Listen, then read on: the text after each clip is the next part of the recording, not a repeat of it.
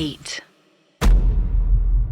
अर्श, मुझे लगता है कि अगर रामायण की स्टोरी में सबसे ताकतवर वॉरियर्स की अगर लिस्ट बनाई जाएगी तो जी ये नाम तो उसमें होना ही होना है, जो नाम है बाली का। हालांकि मुझे ऐसा लगता है कि बाली के बारे में काफी लिमिटेड अंडरस्टैंडिंग है आमतौर पे इंडिया में, और इवन टीवी में भी बहुत कम दिखाई गई है बाली के बारे में। एग्जैक्टली, टीवी में भी मतलब भर के ही दिखाया गया। तो अगर बाली की बात करें तो एक थ्योरी ये है कि बाली जो है बाली इंद्र के बेटे हैं जी। बाली इंद्र के, और अरुणी जो कि जो सूरज देव के जो वो हैं जो रथ चलाते हैं उनके, अरुणा, तो उनकी बहन आई थिंक अरुणी जी। अरुणी और इंद्र के बेटे हैं बाली। इनफैक्ट कहते हैं कि जब ये समुद्र मंथन चल रहा था तब जो है बाली इंद्र के साथी थे, और जब समुद्र मंथन में से अप्सराएं निकली थी तो उनमें से एक अप्सरा थी तारा अप्सरा, और तारा को बाली ने रख लिया था, मतलब तारा के साथ इनका विवाह हो गया था। तो ये बेसिकली मतलब उनके पराक्रम स्टोरी की, तब से जो है लेजेंडरी कामों में हमेशा शामिल रहे बाली के बारे में। इनफैक्ट अर्श ये भी कहते हैं कि वो उन्हें ब्रह्मा के थ्रू कोई वरदान प्राप्त था, जिसकी वजह से वो अगर किसी से लड़ने जाते थे तो उनकी आधी शक्ति उसके ओपोनेंट की इसके अंदर आ जाती थी। जी बिल्कुल। तो इस चक्कर में ये काफी ज्यादा पावरफुल थे। इनफैक्ट शास्त्रों के हिसाब से बाली के अंदर 75 लाख हाथियों की ताकत थी, ऐसा वर्णित किया गया है। बिल्कुल। और कहते हैं अर्श की एक मर्तबा रावण को भी जो युद्ध के लिए ललकारा था और रावण को हराया था। देखिए, बाली की बात जब होती है ना, तो आपने जैसे कहा कि सबसे स्ट्रॉन्गेस्ट कैरेक्टर्स में से एक है बाली जी, तो बिल्कुल ऐसा कहेंगे। और कई बार ऐसा भी देखा गया है जो स्ट्रॉन्गेस्ट कैरेक्टर है उनको बड़े ही अजीब तरीके से मारा भी गया है। ये एक अलग सिनेरियो। लेकिन पहले हम बात करते हैं महाबली बाली के बारे में। जी, महाबली की जो उपाधि है राहुल, की अपने आप में एक बहुत बड़ा विषय होता है। जब आपने कहा कि रावण को भी परास्त किया था उन्होंने, तो ऐसा कहते हैं कि बाली अपने जीवन में संध्या करने जाते थे, मतलब ध्यान करते थे वो जाकर नदी के किनारे पर, उसको संध्या करना बोलते हैं एक तरीके से।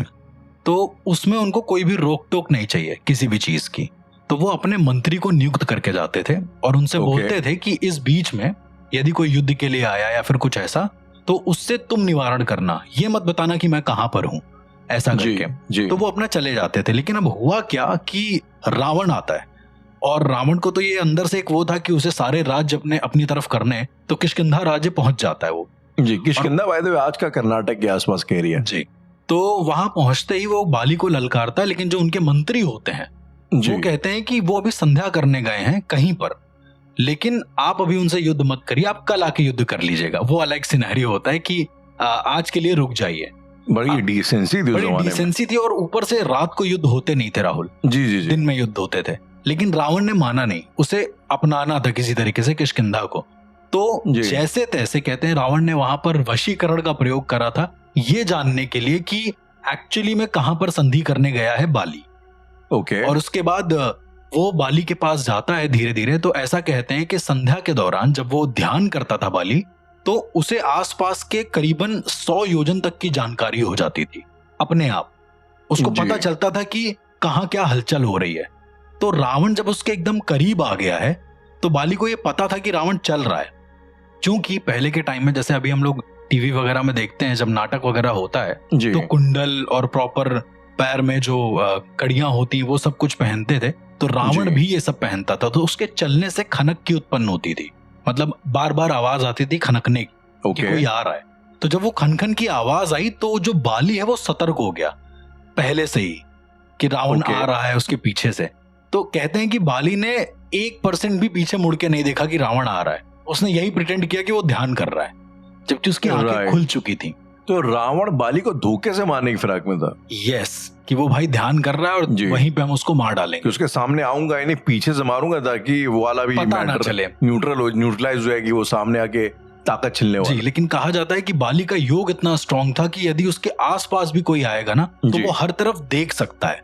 मतलब it's like a kind of astral projection, body से निकाल कर वो चारों तरफ देख सकता है कि 360 डिग्री की विजन, 360 डिग्री विजन एक तरीके से। तो रावण जैसे ही उसको मारने आता है राहुल जी, तो होता यह है कि बाली अपना सीधा हाथ उठाता है और सीधा उसकी गर्दन को दबा लेता है रावण की।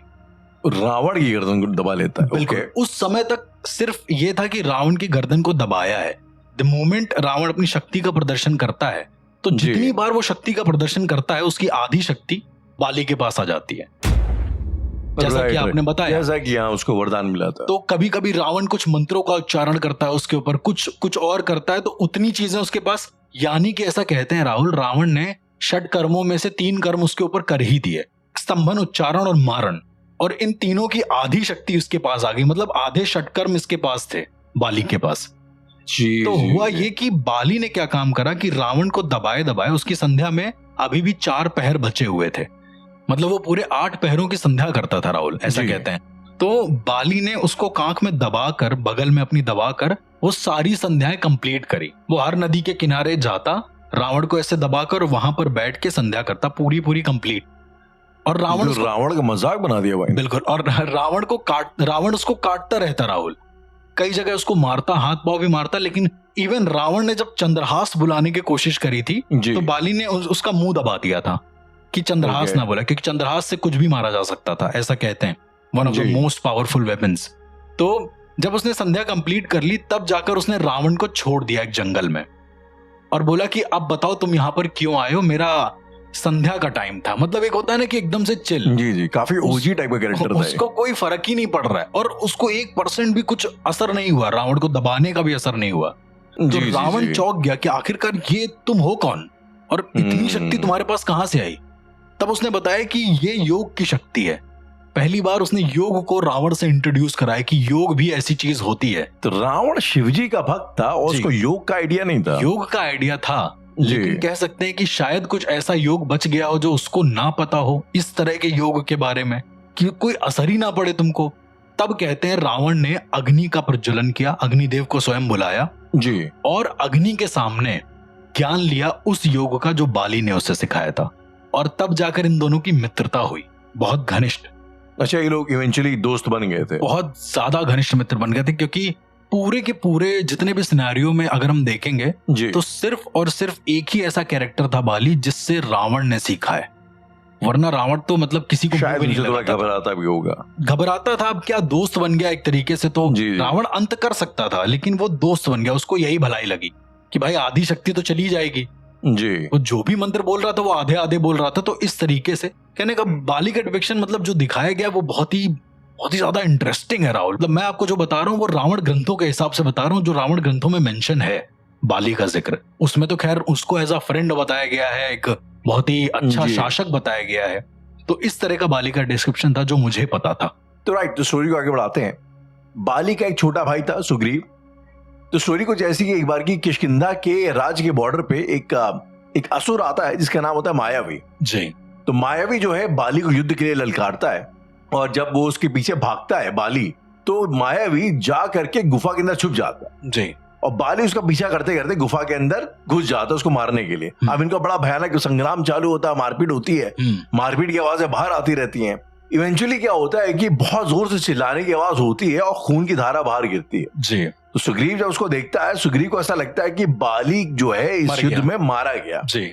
तो वो बाली को मृत मान करके वहां पे एक ये लगाता है, एक चट्टान लगाता है, गुफा को बंद करता है और उसके बाद वापस आकर के किष्किंधा का राजा खुद को घोषित कर देता है। जी। इनफैक्ट तारा से भी वो विवाह कर लेता है। हाँ जी। ये किष्किंधा में एक वो रिवाज था कि अगर कोई मरता है भाई तो उसकी बीवी से आपकी शादी हो सकती है। अजीब सा कुछ था। बहरहाल, लेकिन जब इसको पता लगता है बाली को, बाली जिंदा होता है, इवेंचुअली वो गुफा का पत्थर तोड़ ताड़ के बाहर निकलता है। जब उसको पता लगता है कि सुग्रीव ने ऐसा कुछ किया है, उसको लगता है उसकी खिलाफ साजिश हुई है, तो उसके बाद वो सुग्रीव को बहुत मारता है और मारते मारते उसको वहां से भगा देता है, उसकी एक नहीं सुनता। और सुग्रीव जो है भाग करके मार्तंड ऋषि के आश्रम के पास जाके छुप जाते हैं, छुप जाते हैं। उसको पता था कि वो यहाँ तो नहीं आएगा। मार्तंड ऋषि से थोड़ा बाली घबराता था, कुछ श्राप राप का उनका वो मैटर था। तो ये चीज होता है। फिर इवेंचुअली वहां पे श्री राम का आगमन होता है। उसके बाद फिर जो स्टोरी है जो शायद बच्चा जानता सभी है, जानते हैं। हाँ। सभी जानता है।